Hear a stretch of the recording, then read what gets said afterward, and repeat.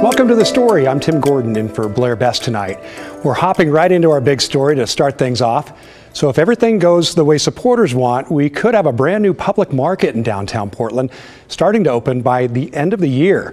The James Beard Public Market has been a Portland pipe dream for 2 decades now, but it's closer than ever to becoming a reality.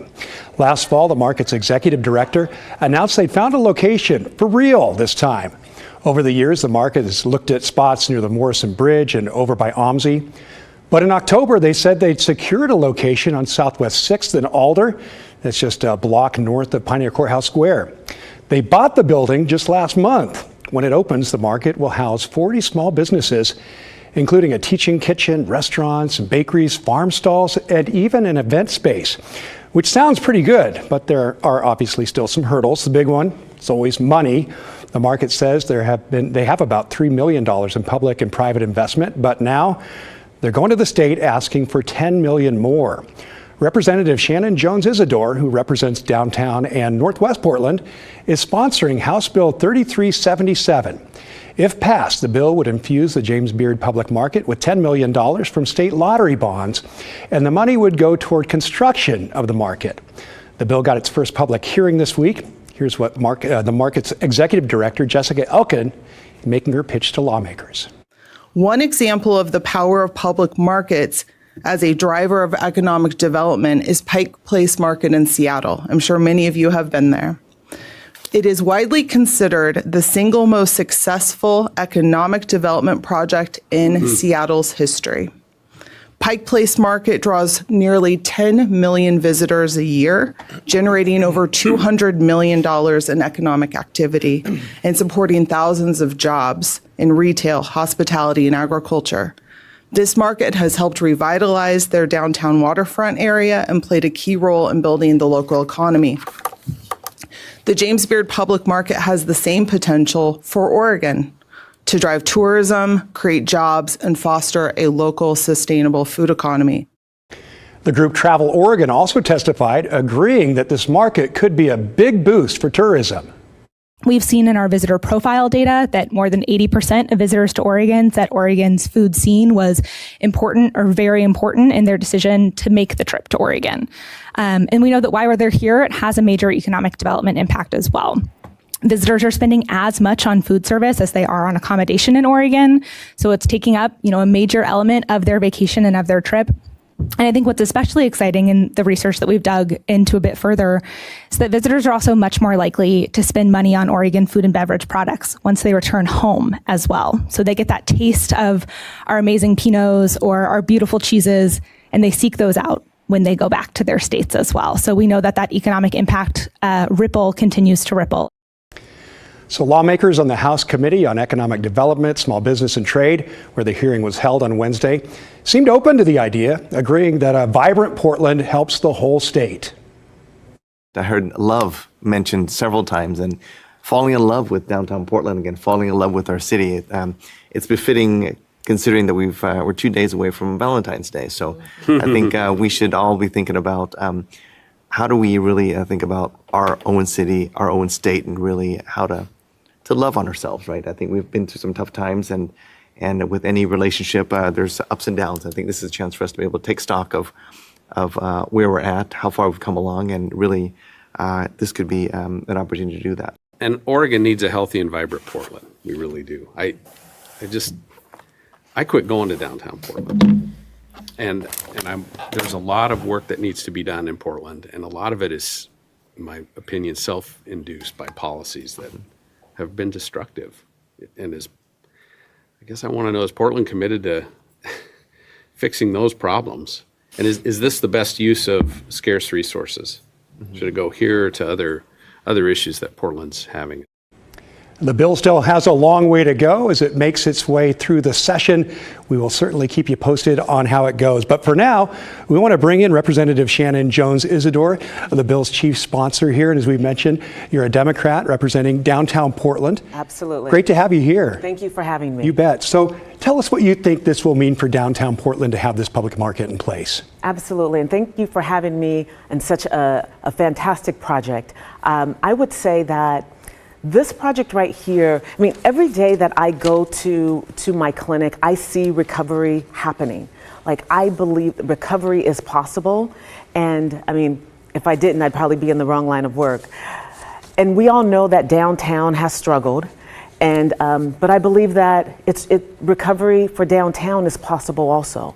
Yeah. So imagine this project here, Gordon, will probably support about 40 small businesses, 200 employees. I mean, this is a market that really can help to bring life into our downtown Portland. Yeah, that's so important. But you also mentioned this isn't just about commerce. And statewide, this is really about our identity here in Oregon. Absolutely. It is about our identity, and it's about being able to bring our rural and urban economy. Yes.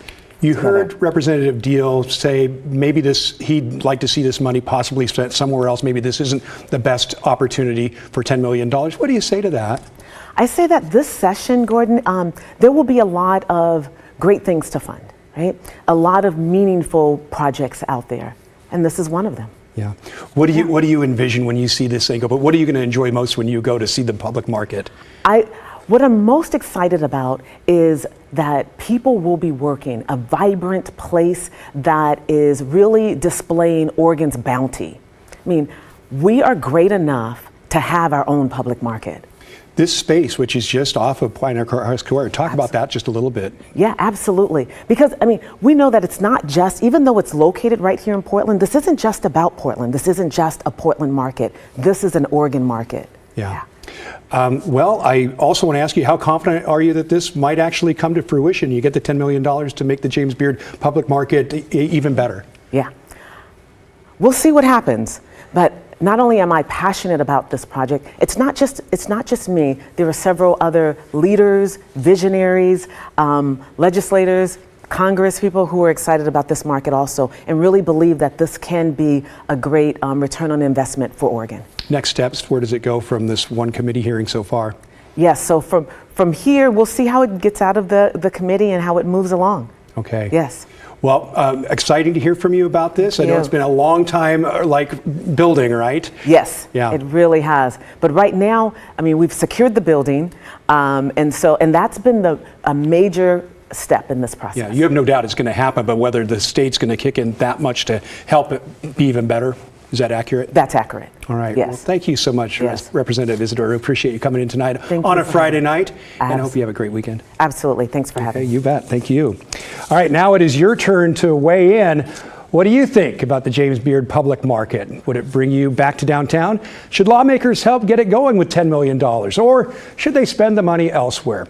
Email the story at kgw.com or go the old-fashioned way, call us and leave a voicemail at 503-226-5090. All right, let's give you an update on this viral video spawned out of the winter weather yesterday morning. You likely saw this clip of a pickup truck driving sideways on I-5 in Clark County, struggling to get traction. Well, today we caught up with the driver, Nick Abernathy. He was on his way to Longview, but when a semi in front of him slid off the road, it slowed traffic and Abernathy lost momentum. By 11 a.m., I was completely sideways on the highway and stuck.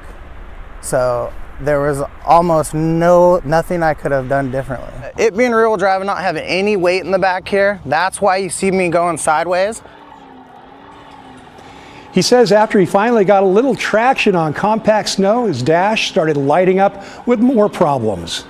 My power steering went out, my check engine light came on, my truck started overheating, and by the grace of God, I gained control after 20-25 minutes. No matter what people are saying online, I did the right thing and I didn't hit anyone. I didn't get stuck for good, and I made it home safely, and that's the most important thing. It sure is. All right, here in Multnomah County, more than 900 people stayed in overnight shelters last night to escape the elements. The vast majority stayed at one of the county's 8 emergency warming shelters. Those remain open all day today and will stay open until at least 10 a.m. tomorrow morning. Chair Jessica Vega Peterson extended her emergency declaration through tomorrow afternoon. And the Joint Office of Homeless Services has been busy getting supplies to outreach teams who pass them out around town. Latest numbers show that since January 10th, just over a month ago now, they've given out nearly 5,800 tarps, more than 1,000 tents, similar number of sleeping bags, and over 6,000 wool blankets. All right, let's bring in Chief Meteorologist Matt Zaffino now. Matt, the big melt is on slowly, I think. Yeah. Are there concerns about a refreeze tonight or in the weekend? I'd call it a little melt right now because, we did get some melting today. It was great. And most places shouldn't have a problem with a refreeze overnight tonight, but there may be some spots that do refreeze. We'll dig into that in a minute, but I want to show you some pictures. First of all, happy Valentine's Day. Jenny out in the Hood River Valley making a heart in the snow. How great is that, right? And see, they had some clearing out there too. And then a couple of my favorite videos from yesterday. This one starting with John Canzano. Matt Zaffino, this one's for you. I love So it. great. I was on his radio show the other day talking about the forecast. I said, hey, John, can you make a snow angel for me? And he's a good sport, and he did. Then we had Vivian up in the West Hills also making a snow angel. Good form there, Viv. Perfect snow angel. Look at the feet, Wow. the wings. Impressive. Nice work there. And Juna decided to go snowman, mini snowman, showing off her work right there on the steps. So fun to see people making the best of our snowy situation over the last couple of days. Okay, let's talk about the temperatures tonight and what happens as we go into the weekend. A lot of people want to know that. We're not that far above freezing, but still with the cloud cover that we have, I don't expect an all-out refreeze. It is close, so we'll keep an eye on these temperatures. And if the clouds break up and we get a lot of clearing, we will drop down below freezing. So we'll keep close tabs on this. But for the most part, if your road cleared out today, it should be okay. If there's wet spots, keep an eye on that. Don't assume it's all clear.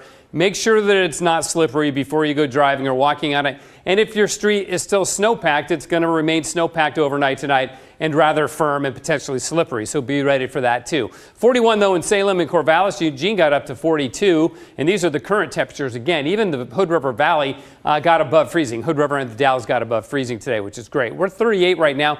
Light east winds, but the west winds have kicked back in and destroyed that raging east wind we had a couple days ago. Our high was only 38, so not exactly burning up the thermometer, but 40s down the valley, so better melting there. Pendleton stayed below freezing, but even the Dalles made it into the 40s today. And these numbers, while they're cold, 20s and 30s, are way warmer than they were a couple days ago. There have been a few scattered snow flurries and rain showers, but they're really winding down now, Tim. There's not a lot left out there. So I don't think we certainly won't see any meaningful precipitation overnight tonight. And tomorrow in the morning should be cloudy, sunrise at 7:12. At noontime, maybe a few sun breaks, get up to 40 by that time, and then we reach our high of 44 around 4 o'clock tomorrow afternoon.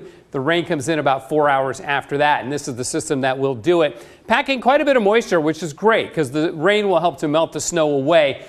By Sunday, I think the entire city will be snow-free by that point, but it's going to take a little while, probably the rain Saturday night, to really wash it all away. We'll catch a few showers during the morning hours tomorrow. The main rain band will come in about 8, 9 o'clock tomorrow night, and then into Sunday morning, and that's when it's snowing in the Cascades. There could be freezing rain in the upper Hood River Valley around Parkdale and Odell, where the cold air stays stuck for quite a while. Otherwise, south and southwest winds coming in Monday, and a series of storms next week will bring the mountain snow on in a pretty good way. We're talking 15, 20 inches across the Oregon ski areas through the next week as we get the storm coming in Saturday night and Sunday, another one Sunday and into Monday, another one Tuesday night into Wednesday. And then after that, I think we'll begin to see some warmer weather late next week. We'll at least get high temperatures into the low 50s and maybe the mid 50s by Friday or Saturday. We're 38 right now, the freezing level 2,900 feet. So on the Oregon coast, you're going to have a pretty good day. The rain's going to come in during the midday hours there, but you'll be above freezing, so no more talk of freezing rain or snow at the beaches. In the valleys, a few sprinkles tonight, lows down around freezing, so watch for icy spots, and then rain tomorrow afternoon. Cascades, another winter weather advisory beginning tomorrow night. We'll get 3 to 6 inches of snow tonight and tomorrow, and then we're going to see the snow pack in as we go into Saturday night and Sunday. For Portland, cloudy overnight. We'll see lows just above freezing. And then highs in the mid-40s tomorrow, near 50 on Sunday. Should break 50 on President's Day, Tim.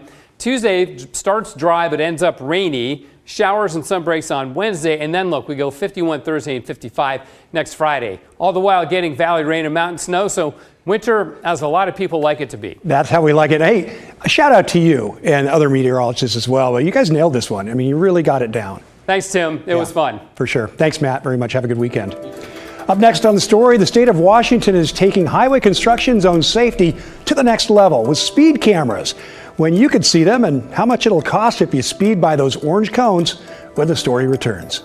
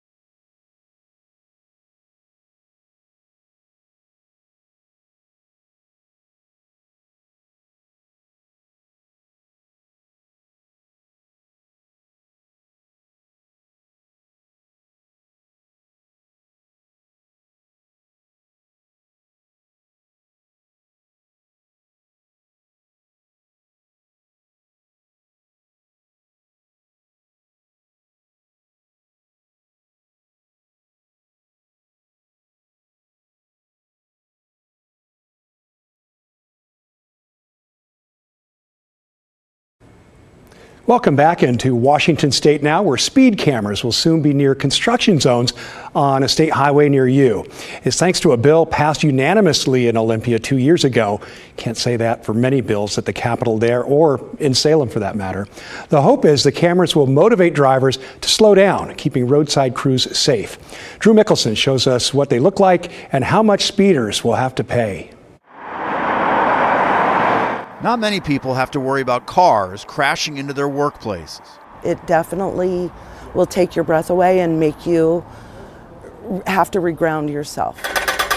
After 16 years working in Department of Transportation construction zones, Sherry Knowles says she's lost count of all the close calls. The scanning LiDAR puts a blanket of 158 lasers across the roadway. State lawmakers say help is on the way. We'll zoom back out so you can see the entire image. Later this winter, cameras will start snapping photos of those speeding through work zones. Before any citation is mailed out, a state trooper will view the photos to confirm license plate information. The first offense is a warning, no fine, but additional offenses will cost drivers $248.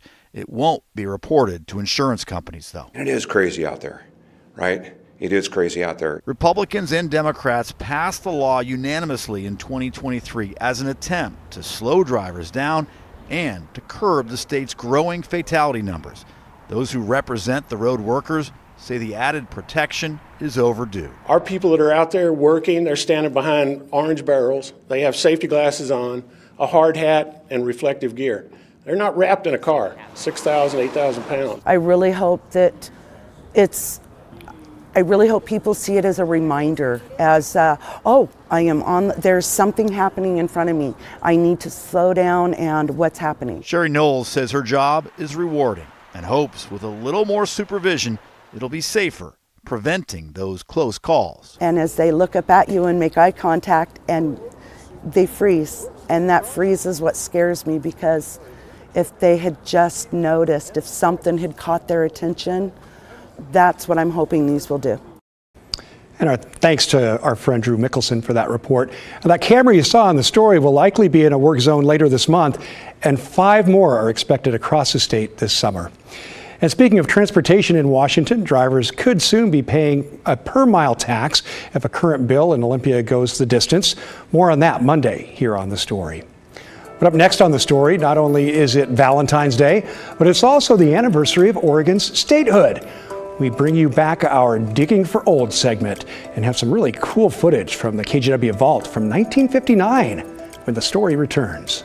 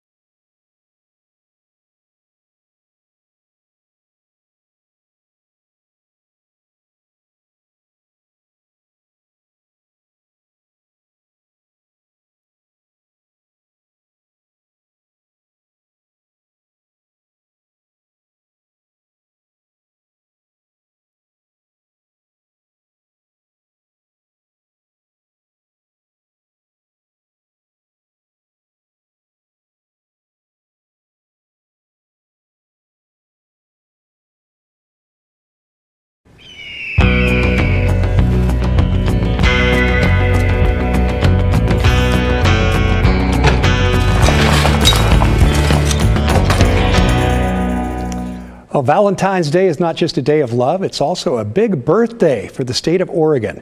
Today marks 166 years since Oregon was granted statehood, becoming the union's 33rd state on February 14th, 1859.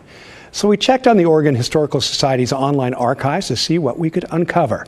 This may look like a normal decorative wooden folding chair, but it actually belonged to a man named George Curry, who was Oregon's last territorial governor before statehood in 1859.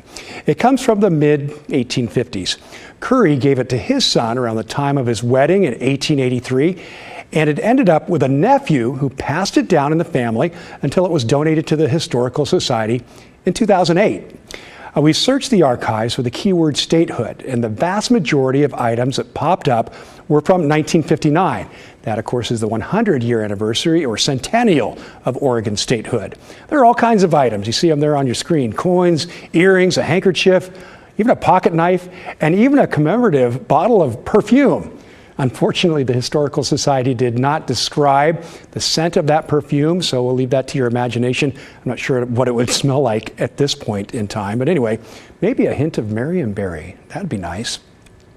To celebrate 100 years of Oregon, the state held a centennial exposition back in 1959. Over the course of 100 days along the Columbia River north of Portland, there was a massive arena, amusement park, a little bit of everything.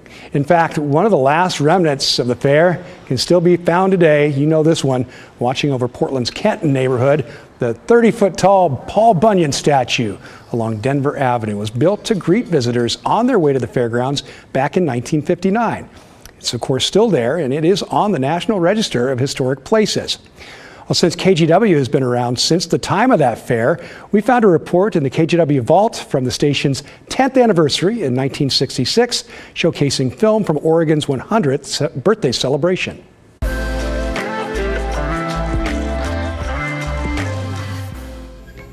1959 was the year of Oregon's 100th birthday celebration, centered around a centennial exposition and international trade fair held on the 65-acre Multnomah County Exposition Center, formerly called the PI, Pacific International.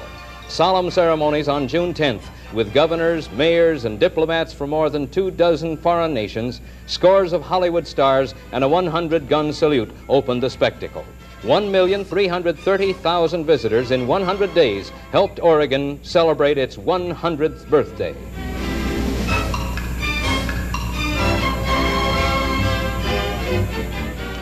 A picturesque wagon train attracted nationwide attention as 7 covered wagons set out from Independence, Missouri on April 19th to retrace the old Oregon Trail to Independence, Oregon. Wagon master Tex Serpa led his band of 27 through wind, rain, and sun, some 2,200 miles across 5 states, reliving the arduous journey of the pioneers during the 1850s. The wagon train was greeted by massive crowds everywhere along the way.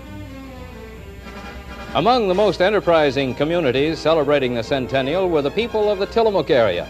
They built a replica of the first sailing schooner built in Oregon in 1855 and named it Morning Star II. The new Morning Star, piloted by a veteran Norwegian skipper, Axel Andersen, sailed up the Columbia with a 12-man crew, bringing a cargo of Tillamook cheese and greetings from all the coastal communities to the Oregon Centennial. That is amazing film, isn't it? Something else, history there. Hey, maybe your family has some history, a relic from the 1959 centennial here in Portland. If so, we'd love to see what you've got. Send a picture and description to the story at kgw.com, or if you've got a story to tell us, call and leave us a voicemail, 503-226-5090. Okay, that's the end of our show. Thank you very much for watching. Up next, Timbers 360 is back for the first time this year, so we hope you'll stick around for that. And don't forget, you can stream the story on your own schedule. Download the free KGW Plus app on your smart TV, available now on Roku, Apple TV, and Fire TV. In the meantime, have a great weekend. Blair Best will be back with you on Monday night at 6:30. Hey, have a great night, stay safe, and a great weekend ahead.